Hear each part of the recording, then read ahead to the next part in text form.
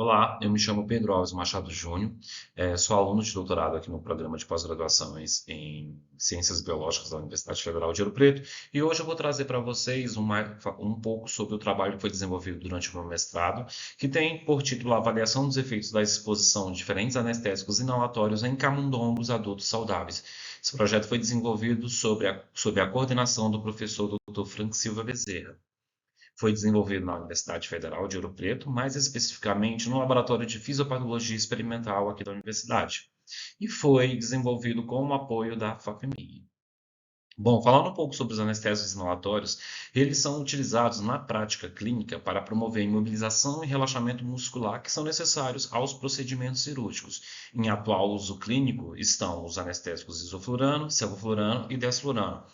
As vantagens do uso desses anestésicos inalatórios em relação aos anestésicos de via intravenosa, né, os injetáveis, são porque eles promovem rápida indução e recuperação anestésica, é possível ter uma maior facilidade do controle da manutenção da profundidade da anestesia, utilizando esses anestésicos, e também eles apresentam poucos efeitos adversos durante os procedimentos cirúrgicos.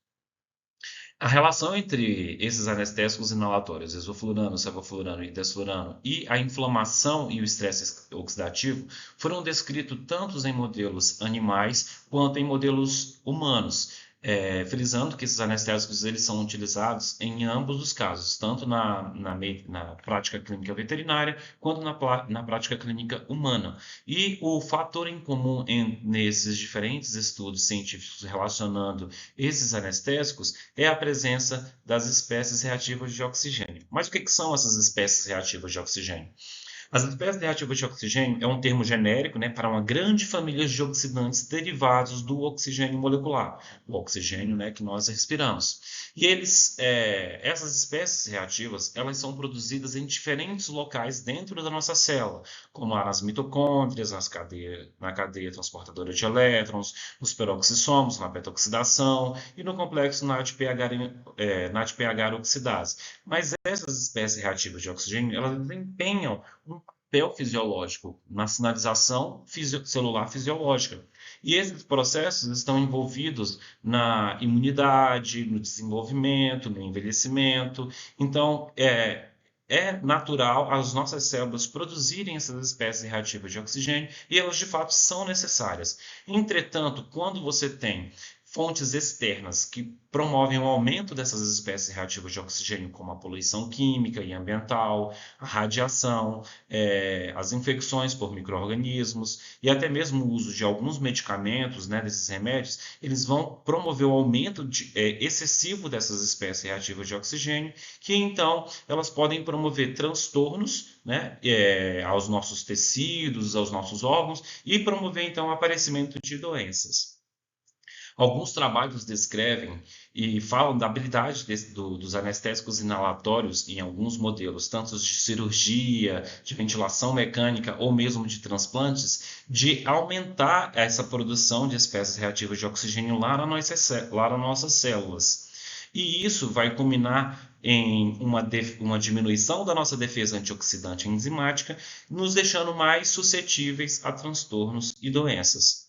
Já outros estudos falam que esses anestésicos inalatórios eles são capazes de fazer uma regulação da nossa imunidade, de regular a expressão também de alguns mediadores relacionados à inflamação, fibrogênese, angiogênese, estresse oxidativo e o colapso alveolar, levando a um aumento da defesa antioxidante e uma diminuição dessa produção de espécies reativas de oxigênio.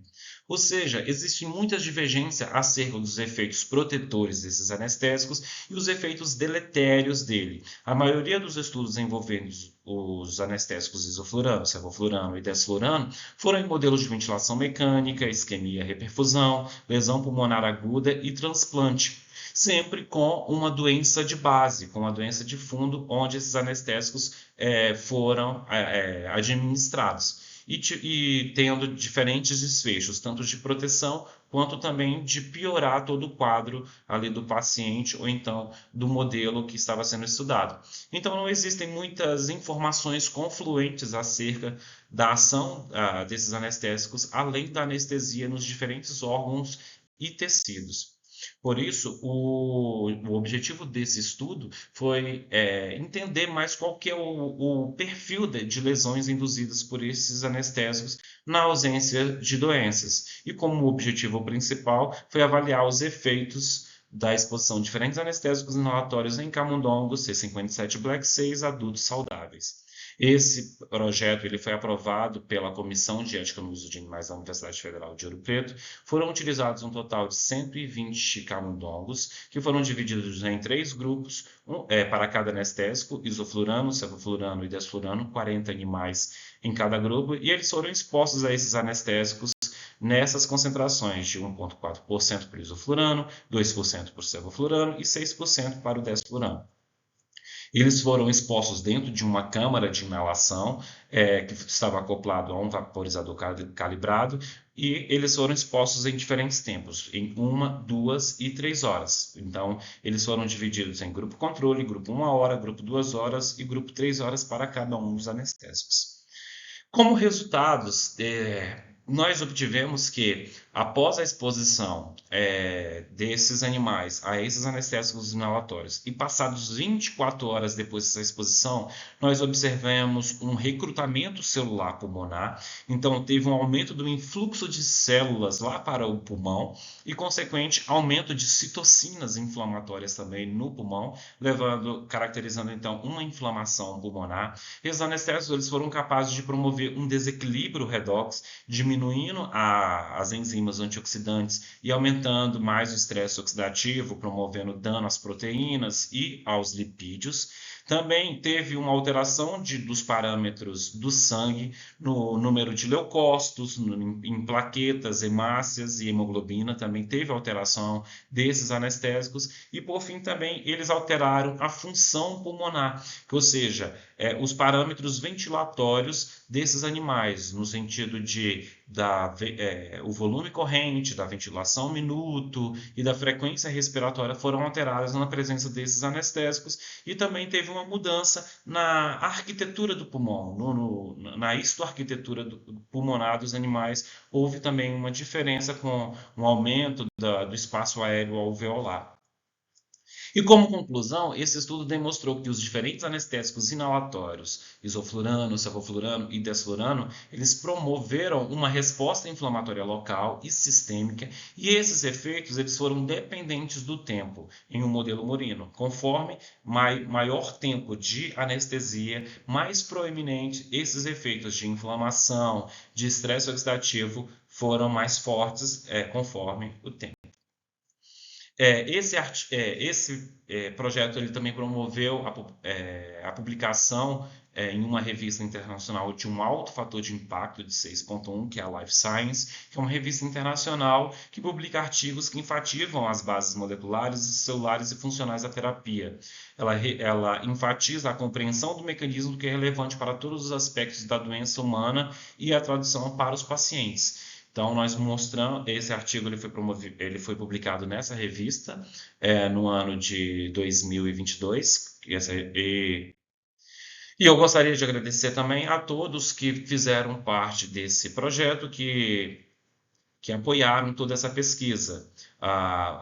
O Centro de Ciência Animal da Universidade Federal de Ouro Preto, a própria Universidade Federal de Ouro Preto, as empresas Drager e Baxter, que também auxiliaram no desenvolvimento desse estudo, e também a FAPEMIG pela toda a ajuda, por todo esse fomento à pesquisa aqui em Minas Gerais. Muito obrigado.